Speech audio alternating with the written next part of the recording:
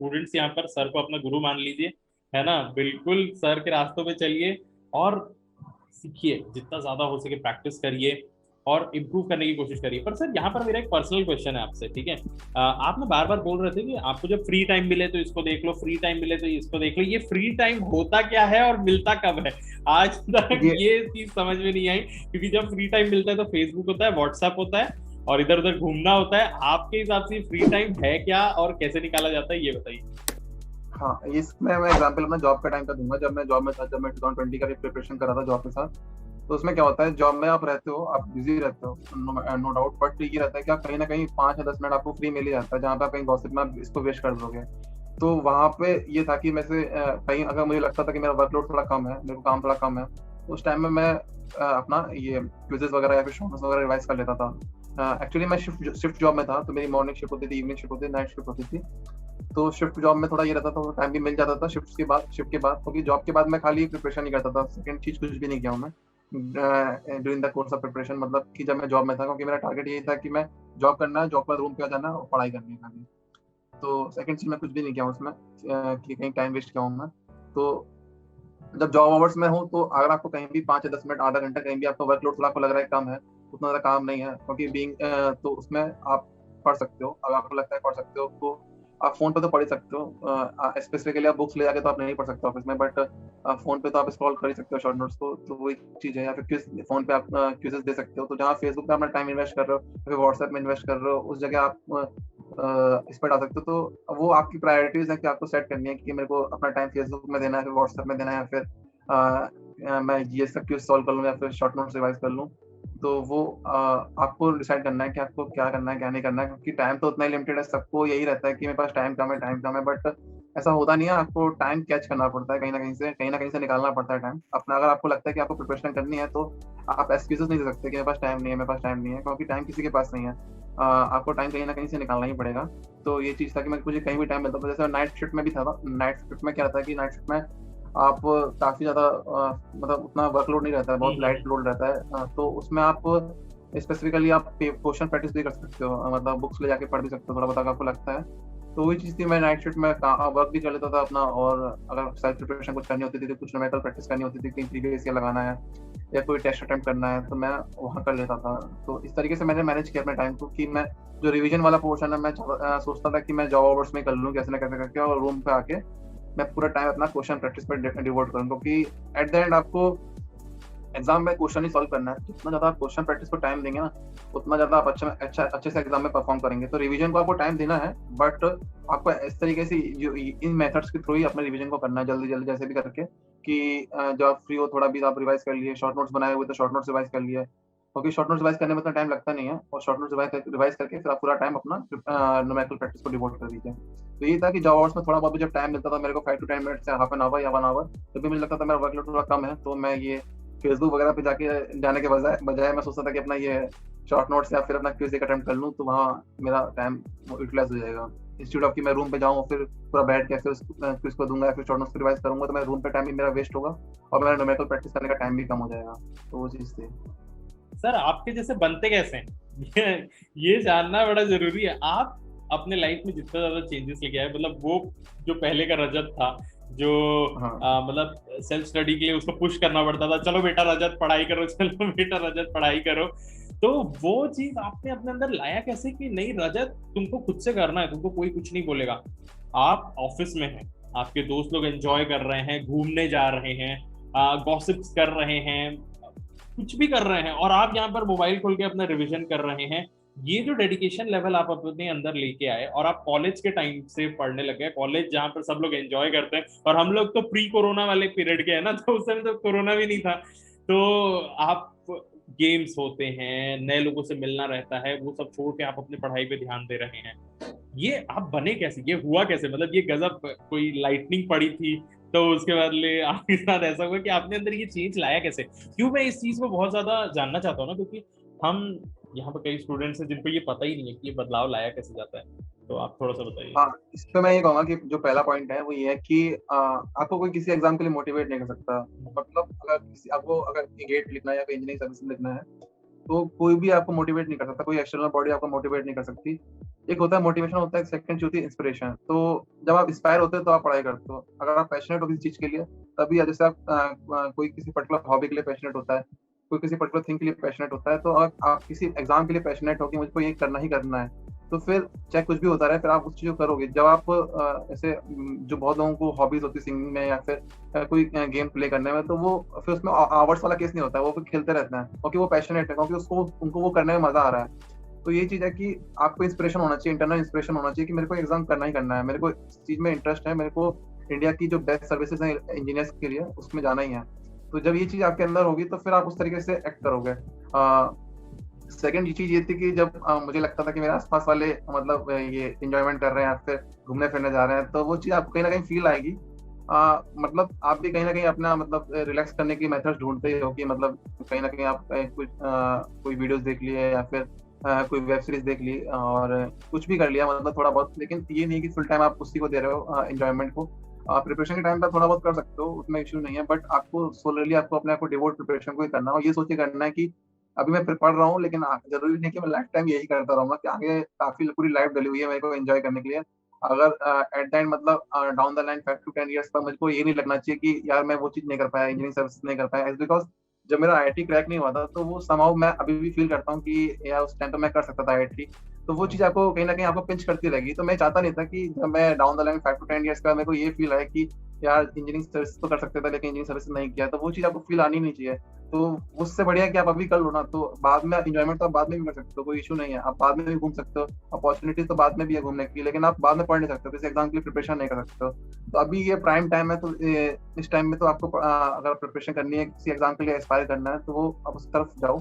और instead of कि अभी आप क्योंकि देखिए अगर आप या तो टाइम तो उतना लिमिटेड है, या तो अभी घूम लो आप या फिर प्रिपरेशन कर लो।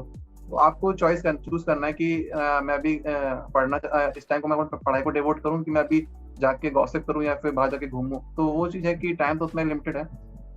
अगर आप अभी पढ़ लोगे तो आगे तो यही है कि टाइम तो आपको बाद में घूमने का मिल जाएगा, क्योंकि वो सब चीज़ें तो ऐसा नहीं कि कुछ खत्म हुआ जा रहा है। तो वो चीज़, लेकिन ये है कि आप ग्रेजुएशन के 5 टू 6 ईयर्स के बाद आप किसी एग्ज़ाम के लिए प्रिपरेशन करने के लिए मोटिवेशन लाओ, वो तो पॉसिबल नहीं हो पाता है। क्योंकि एग्ज़ाम के लिए प्रिपरेशन आप अपने ग्रेजुएशन के 2 या 3 इयर्स तक ही कर सकते हो, उसके बाद आपका भी मोटिवेशन कम हो जाएगा। तो वो चीज़ है, तो अभी जब आपको लग रहा है, जब आप मोटिवेटेड हो, तो उस टाइम पे आप पढ़ाई करो, तैयारी करो। बाद में आपको ये गिल्ट नहीं होना चाहिए कि मैं उस टाइम पे तैयारी नहीं किया, मेरा एग्ज़ाम नहीं निकला। क्योंकि बाद में आप घूम तो सकते हो, बट आप बाद में प्रिपरेशन नहीं कर सकते। ये एक फैक्ट है कि मतलब आप बाद में अगर चाहो कि मैं अब इंजीनियरिंग सर्विसेज का प्रिपरेशन कर लूँ, तो वो चीज़ थोड़ी पॉसिबल नहीं हो पाएगी। बिल्कुल, बहुत, बहुत सही। मतलब एक तो सबसे पहली बात मुझे ये समझ में आई ना, आपका किसी एक चीज़ में सिलेक्शन नहीं होता है ना, आप भले उस फ़ेज़ से बाहर निकल जाओगे, है ना? आप हुँ, आईआईटी से कहीं और पढ़ने चले गए, पर वो चीज़ आपके अंदर हमेशा रहती है, वो रिग्रेट हमेशा रहता है रहेगा, हमेशा। रिग्रेट तो रहेगा। आज जब आपका ये रैंक आ जाता है, आप इतना मेहनत करते हैं, आप यहाँ पर पहुँच जाते हैं, तो फिर ऐसा लगता है कि जो भी हुआ चीज़ें अच्छी हुई। ये तभी हुँ, होगा जब आप उस चीज़ को अचीव कर लेते हो। तो प्लीज़ कभी भी किसी सपने को देखा है आपने, बीच में मत छोड़ना, क्योंकि अगर बीच में छोड़ दिया ना, तो आज नहीं तो कल ना उस चीज़ के लिए बहुत ज़्यादा रिग्रेट करेंगे कि यार यस, यस, ऐसा यस। नहीं करना था और मैं कर सकता था और मैं आगे बढ़ सकता था। रिग्रेट वाला पार्ट नहीं होना चाहिए।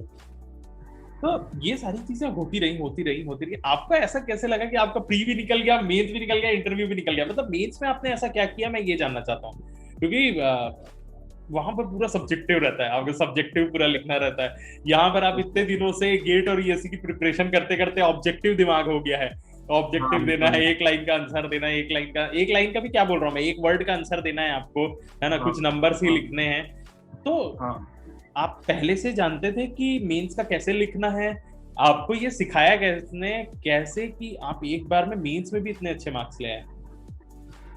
मेरे संग ये था कि एक्चुअली मेरा मेंस का प्रिपरेशन मैं सेल्फ से कर रहा था, और पहली चीज़ तो सेल्फ से कर रहा था, सेकंड चीज़ थी कि मैं पहली बार कर रहा था। क्योंकि मेरा लास्ट 2 टाइम में तो प्रीलिम्स भी क्रैक नहीं हुआ था, तो मेरे को हाँ, कुछ भी नहीं पता था कि मेरे को मेंस की तरफ कैसे प्रोसीड करना है। हुँ, तो लेकिन खाली मेरे को एक चीज़ पता थी कि आपको प्रीवियस ईयर जो है ना मेंस का, वो काफ़ी अच्छे से प्रिपेयर होना चाहिए। तो ये चीज़ मेरे माइंड में थी कि मेंस में प्रीवियस ईयर काफ़ी आता है, मतलब प्रीवियस ईयर क्वेश्चन के बेसिस पे ही क्वेश्चंस आते हैं। तो ये कहीं न कहीं मेरे माइंड में थी। तो जब गेट का मैं जो ईएससी का प्रीलिम्स मैं लिख लिया था, उसके बाद मैं गेट का प्रिपरेशन स्टार्ट कर दिया था 2020 का, और मेंस के क्वेश्चंस भी न्यूमेरिकल अपने प्रैक्टिस करना स्टार्ट कर दिया था प्रीवियस ईयर से। अभी मेरे को कुछ भी नहीं पता कि मेरे को कैसे आंसर राइटिंग क्या करना है, कैसे क्या करना है, वो मुझे कुछ भी नहीं पता था। अब जो प्रीलिम्स और मेंस के बीच में, जैसे मेंस आपका जून या जुलाई शायद 3 या 4 मंथ्स के बीच में होता है, गैप रहता है उनके बीच में, बट ड्यू टू कोविड वो शिफ्ट हो गया। मेंस जो हमारा एग्जाम था कोविड की वजह से शिफ्ट हो गया, वो अक्टूबर में जाके हुआ। तो अब क्या था, मेरे पास टाइम काफी ज्यादा था। तो अब ये चीज थी कि इसमें मेरे को ये थॉट आया था कि अब ये टाइम का दो चीजें हो सकती हैं। या तो बहुत लोग ऐसे होंगे जो कंटिन्यूटी अपनी ब्रेक कर देंगे, क्योंकि इस प्रिपरेशन के फेज में आपको कंटिन्यूटी है ना वो रखनी है। तो लेकिन मेरे को ये था कि मेरे को अपनी कंटिन्यूटी बना के रखनी है इस टाइम में भी। मैं थोड़ा ही पढ़ूंगा, या फिर मैं 4 घंटे 5 घंटे ही पढ़ूंगा, 6 घंटे ही पढ़ूंगा मेंस के लिए, लेकिन मैं कंटिन्यूसली पढ़ता रहूंगा। मतलब जब तक एग्जाम मेंस का एग्जाम हो जाता है तो मैं पढ़ता रहूंगा इस चीज को लेकर। तो अब जो मैं सेल्फ प्रिपरेशन करते हैं तो हम लोग को थोड़ा टाइम ज्यादा लगता है, तो वो थोड़ा बेनिफिशियल हो गया मेरे को। जो कोविड वाला पीरियड मेरे को लास्ट ईयर मिल गया कि कोविड की वजह से थोड़ा एग्जाम ईएससी का मेंस थोड़ा शिफ्ट हो गया, तो अक्टूबर में हुआ था फिर वो, तो वहाँ थोड़ा मेरे को टाइम मिल गया। तो अब मेरे को जब पता नहीं था कि कहाँ से क्या पढ़ना है, तो आपको ये पता नहीं होता कि कहाँ से क्या चीज सॉल्व करनी है, क्या नहीं सॉल्व करना है। आप जनरली सब सॉल्व करते हो, मतलब। तो अब मेरे पास टाइम भी था, फर्स्ट चीज थी टाइम थी, और मेरे पास सारे रिसोर्सेज भी थे कि मेरे को इस मटेरियल से पढ़ना है, इस सारे नोमेकल्स लगाने हैं। तो अब मेरे पास टाइम भी था और रिसोर्सेज भी थे, तो मैंने सारा लगा लिया। मैंने ईएससी का प्रीवियस ईयर भी लगा लिया, सिविल सर्विस का प्रीवियस ईयर भी लगा लिया, और जो मटेरियल रहता है पढ़ने का वो भी पढ़ लिया। और कहीं से कुछ अच्छा मिल रहा है, कोई स्टैंडर्ड बुक्स है उसमें क्वेश्चन अच्छे दे रखे हैं, तो वो बुक भी लगा ली। तो जब टाइम है तो आपको प्रिपरेशन और अच्छी करनी है। तो इस चीज को मैंने यूटिलाइज किया कि मेरे को जहाँ से जो भी मिल रहा है तो मैं उसको अच्छे से प्रैक्टिस करूँ सारा। और आंसर राइटिंग मैं देखा था कि जो स्टैंडर्ड बुक्स होते हैं उसमें आंसर्स कैसे लिखे रहते हैं, मतलब तो उस चीज को मैंने वहां से सीखा है। तो मैंने देख देख के सीखा है, मतलब कि किस तरीके से लिखा गया है, कि जो प्रीवियस ईयर के टॉपर्स हैं उनकी आंसर कॉपीज मेरे पास थी, तो मैंने देखा था वो किस तरीके से लिखते थे। तो मेरे केस में ऐसा हुआ है कि मैंने हर चीज सेल्फ से करी है कि मैंने देखा कि दूसरे किस तरीके से लिखते हैं, जो टॉपर्स होते हैं उनकी आंसर कॉपी कैसी होती है, वो कैसे हाईलाइट करते हैं, किस तरीके से आंसर्स को रिप्रेजेंट करते हैं, और किस तरीके से क्वेश्चन को अटेम्प्ट कर रहे हैं। तो उनकी जो स्ट्रेटेजी थी, उनका क्वेश्चन लिखने का जो तरीका था, उस चीज को मैंने अपने में इंकलकेट किया, इंस्टेड ऑफ कि कोई मेरे को बाहर से कोई टीचर या फिर कुछ बताए कि इस तरीके से लिखना है या इस तरीके से अपेयर करना है क्वेश्चंस को, या इस तरीके से क्वेश्चन चूज करना है। तो वो सब चीजें भी मैंने, जो भी स्ट्रेटेजी थी, वो जो भी प्रैक्टिस थी, जो भी और क्वेश्चंस को लिखने का जो तरीका था, मैंने खुद से डेवलप किया है। मतलब ये दूसरों से सीख के किया है कि जो टॉपर्स हैं वो किस तरीके से अपेयर करते हैं या फिर किस तरीके से क्वेश्चंस को लिखते हैं।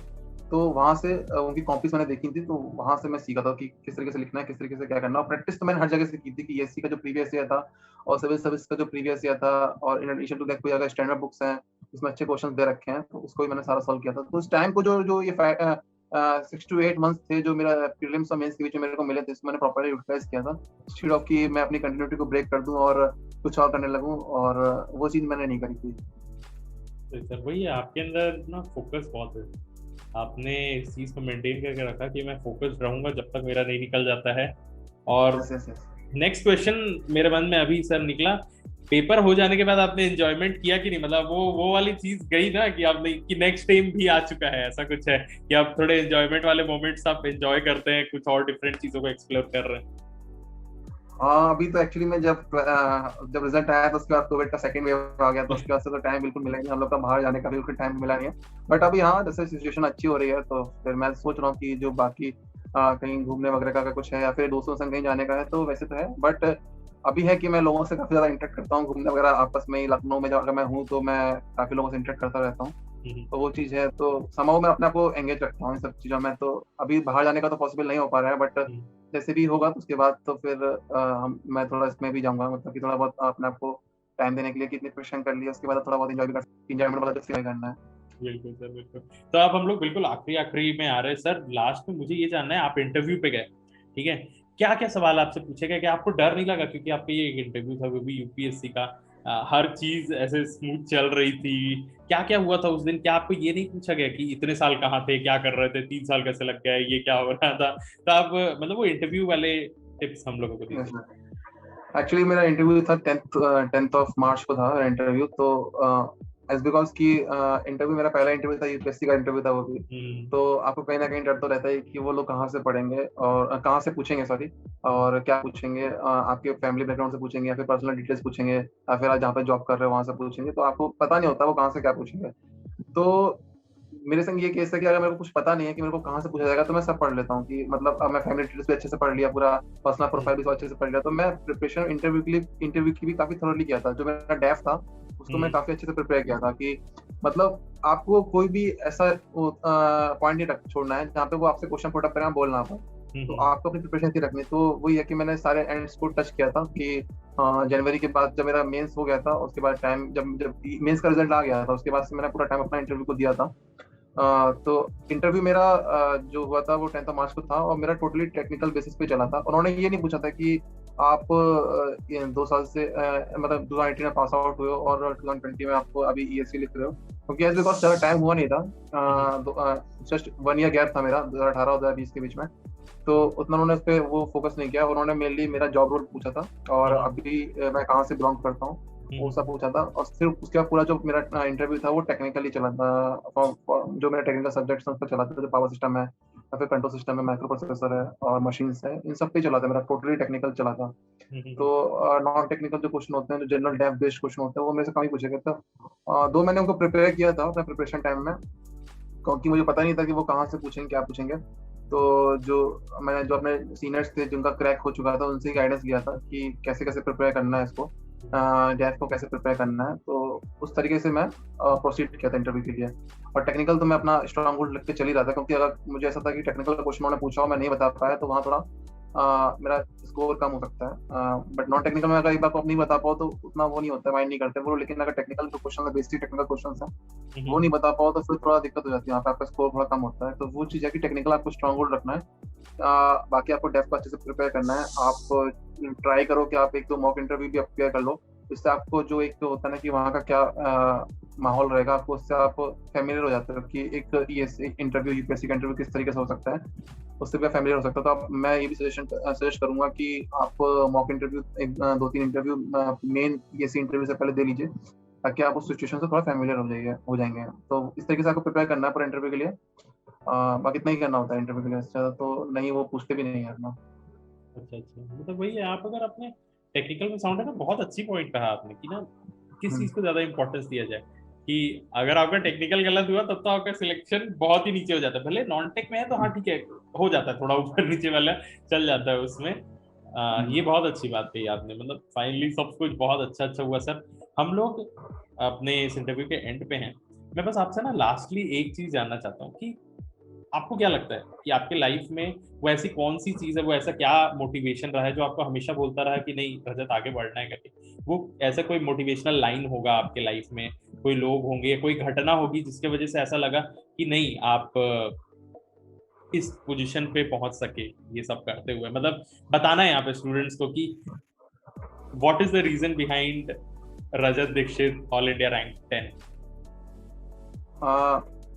इसमें तो मैं यही कहूँगा कि मेन तो मेरा यही था कि मैं हार्ड वर्क करता रहूँ पूरी प्रिपरेशन में। बाकी काफ़ी मोटिवेशनल लाइंस भी थी। The one that I could remember ये है कि एक मूवी का डायलॉग था कि हारता हारता क्या लगा रखा है, जो हारता है वो जीतने का मजा समझता है, मजा जानता है। तो वो ये है कि क्या हारना हारना लगा रखा है, कि आपको पता है कि जो हारा हुआ है उसे पता है कि वो जीतने का मजा क्या होता है।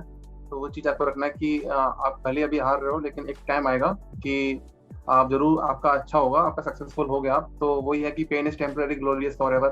तो अभी आप भले आपने कंफर्ट जोन के बाहर आके आपको थोड़ा पेन मिल रहे हैं, आपको थोड़ा लॉन्ग आवर्स पढ़ाई करनी पड़ रही है, बट जो ग्लोरी है उसके बाद की, आप सक्सेस हो जाओगे तो वो काफी ज्यादा अच्छी होती है। तो इस चीज को आपको देख के चलना है कि अभी भले मैं थोड़ा पेन में हूँ और मेरे को उतना पढ़ना पड़ रहा, बाकी लोग सारे एंजॉय कर रहे हैं, बाकी लोग सब अपनी लाइफ एंजॉय कर रहे हैं, अपना अच्छे से चल रहा है सब, लेकिन अभी मेरे को पढ़ना है। और ये चीज मेरे को आगे बेनिफिशियली होगी, क्योंकि जो सिलेक्शन हो जाता है तो उसके बाद की जो ग्लोरी है वो काफी ज्यादा वो होती है, अच्छी होती है। वो आपको फिर आपको एक ये फेज जो है ना, जो आप जिससे आप निकल रहे हो, जो आपने फेज देखा होगा प्रिपरेशन का, वो चीज फिर आपको बाद में याद भी आएगी कि मैंने इतने अपना कंफर्ट जोन बिल्कुल छोड़ दिया था, अपनी प्रिपरेशन करी थी, उसके बाद सिलेक्शन हुआ। तो वो काफी अच्छी मेमोरीज होती हैं। तो अभी प्रिपरेशन को काफी अच्छे से एंजॉय करिए, और बिल्कुल मतलब पैनिक नहीं होना है या फिर डिमोटिवेट नहीं होना है पूरी प्रिपरेशन फेज में। ट्राई करिए अपने को सेल्फ मोटिवेट रखने का कैसे भी करके, और आपको खुद को अपने आप से मेथड्स ढूंढने पड़ेंगे अपने को मोटिवेट करने के लिए। आपको पढ़ाई करके मोटिवेशन आता है कि अगर आपको लगता है बहुत डिप्रेसिव हो, तो आप लग रहा है कि पढ़ेंगे और ज्यादा तो और अच्छा, मतलब ये डिमोटिवेशन वाला फेज खत्म हो जाएगा। तो आप जो चीज आपको अच्छी लगती है वो आप करिए, मतलब डिमोटिवेशन को हटाने के लिए। बट डिमोटिवेट मत होइएगा पूरे प्रिपरेशन फेज में, और हार्ड वर्क करिए। और there is no substitute for hard work. और हार्ड वर्क क्या आप करोगे तो ही सक्सेसफुल हो पाओगे। हार्ड वर्क भी करना है प्लस स्मार्ट वर्क भी करना है, हर चीज़ों को अपना स्मार्टली करना है जो भी आप कर रहे हो। अपना प्रिपरेशन में एक यूनिकनेस रखना है कि जो आपकी प्रिपरेशन होनी चाहिए वो औरों से अलग होनी चाहिए, यूनिकनेस होनी चाहिए कि आप हर चीज, चाहे वो आप नोट्स को रिवाइज कर रहे हो, चाहे न्यूमेरिकल्स को प्रैक्टिस कर रहे हो, चाहे क्वेश्चन को अटेम्प्ट कर रहे हो, उसमें यूनिकनेस होनी चाहिए। तो वो चीज़ आपको रखनी है। जब आप भीड़ से अलग होगे तभी आप कुछ अच्छा कर पाओगे, क्योंकि आप भीड़ के साथ चलोगे तो फिर वही आप जो उनका माइंडसेट है उनको ही फॉलो करोगे, आपका कुछ यूनिकनेस नहीं होगी। तो आप जो सब कर रहे हैं वो, अगर वो सही है तो आप करिए, लेकिन आपको उसके अलावा भी अपना यूनिकनेस रखनी है जो आपको उनसे डिफ्रेंशिएट करेगी। क्योंकि जब आप एक एग्जाम में है, कॉम्पिटेटिव एग्जाम में है, तो आपको भीड़ से हटके एक अच्छा रैंक लाना है ना। क्योंकि एक पर्टिकुलर एग्जाम में काफी लोग अपेयर करते हैं, बट कुछ मतलब जो ऐसे जो जिनका माइंडसेट ऐसा होता है कि वो यूनिक करना है, भीड़ से हटके रखना है, अपना माइंडसेट अलग रखना है, एक यूनिक थॉट होना चाहिए हर चीज करने का। तो वो चीज आपको अपने जो रखते हैं वो सिलेक्शन उनका होता है, और प्रिपरेशन आपको करते रहना है, मतलब गिव अप मत करिए। यही चीज है। अगर कोई भी प्रॉब्लम आ रही है तो ये सोचिए कि ये प्रॉब्लम आज की है, लेकिन अगर मैं प्रिपरेशन करता रहूंगा तो मेरा आगे सक्सेस मैं हो जाऊंगा। तो ये चीज है आपको रखना है अपने अंदर, बाकी इतना ही होता है। बहुत सही।